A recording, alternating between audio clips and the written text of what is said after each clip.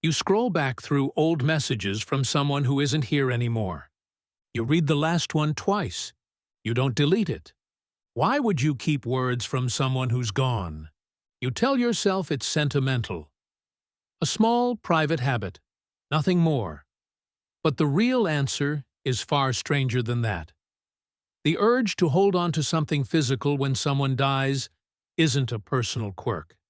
It's older than your language, older than your culture, maybe older than your species. To understand where it comes from, you have to go back roughly 70,000 years, into a cave in what is now northern Iraq. The cave is called Shanidar. In the 1950s and 60s, an archaeologist named Ralph Solecki found Neanderthal remains buried there, curled in a position that looked deliberate, not accidental. Around one skeleton, he found clusters of ancient pollen. He proposed something radical for the time: that Neanderthals had laid flowers on a body before covering it with earth. Scientists argued about that claim for decades. Maybe the pollen blew in.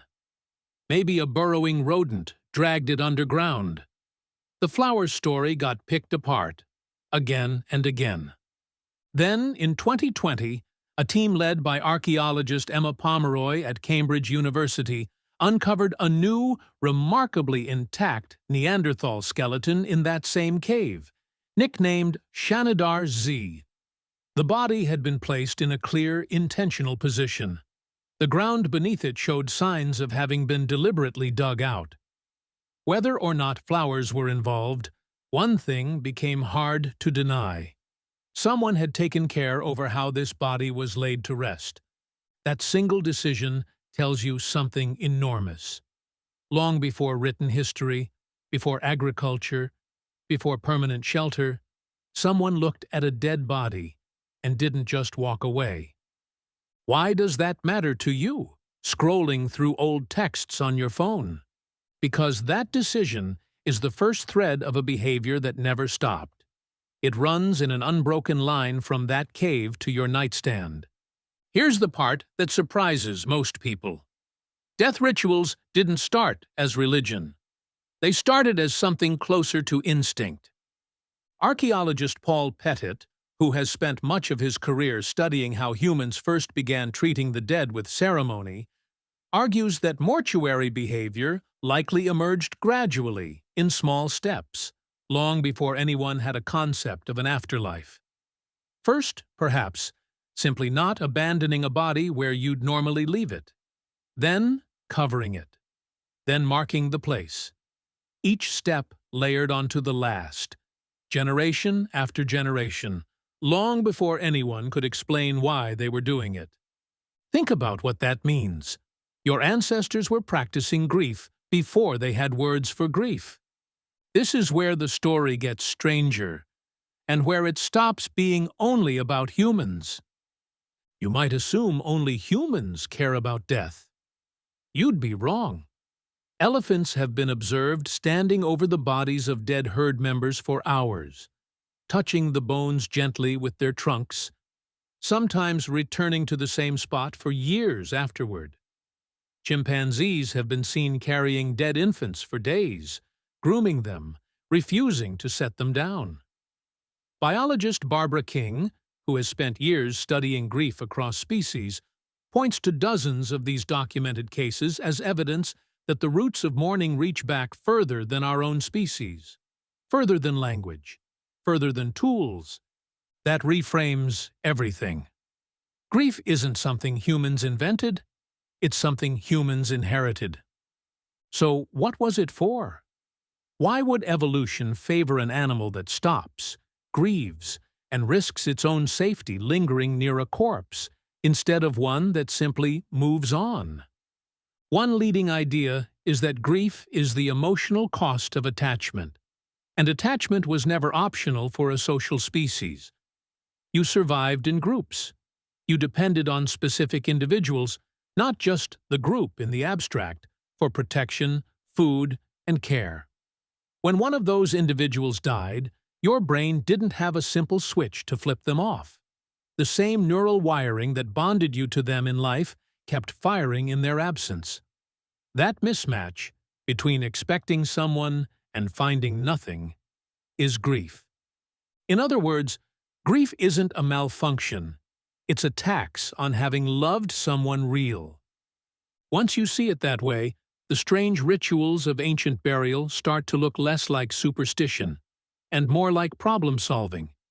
If your brain keeps expecting a person who no longer exists, you need somewhere to put that expectation. A grave, a marker, a name spoken aloud one more time.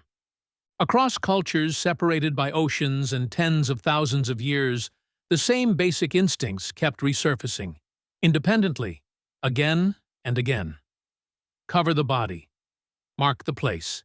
Keep something behind.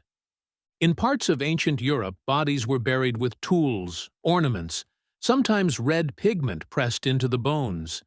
In parts of ancient Australia, cremation rituals date back over 40,000 years, among the oldest deliberate cremations ever found. None of these groups were in contact with each other. None of them could have copied the idea from one another. Doesn't that raise an obvious question? If these practices weren't copied, where did they come from? The most likely answer is unsettling in its simplicity. They came from the same place your own urge to keep a text message comes from. A brain, wired by millions of years of attachment, refusing to let go all at once. This is the part of the story most people never connect to their own lives. You don't think of yourself as performing an ancient ritual when you keep a voicemail you'll never delete, or visit a grave and talk out loud to no one, or wear a piece of jewelry that belonged to someone gone. It feels personal, private, modern, even. But strip away the phone, the cemetery, the specific object, and you're left with the same three moves humans have been making for tens of thousands of years.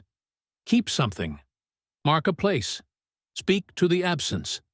You are not inventing a new way to grieve. You are running software that's been updated 1,000 times but never replaced. There's something almost comforting in that, if you sit with it. The ache you feel isn't a glitch unique to you, something to be fixed or rushed through.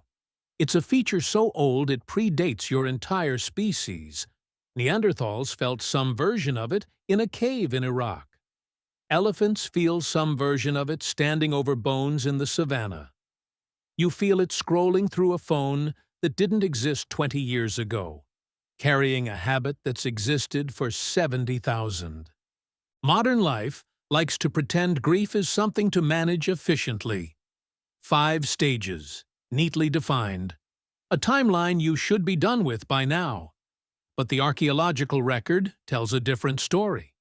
It says humans have always needed physical, repeated, sometimes irrational acts to process loss. Objects kept, places returned to, words said to someone who can't hear them anymore.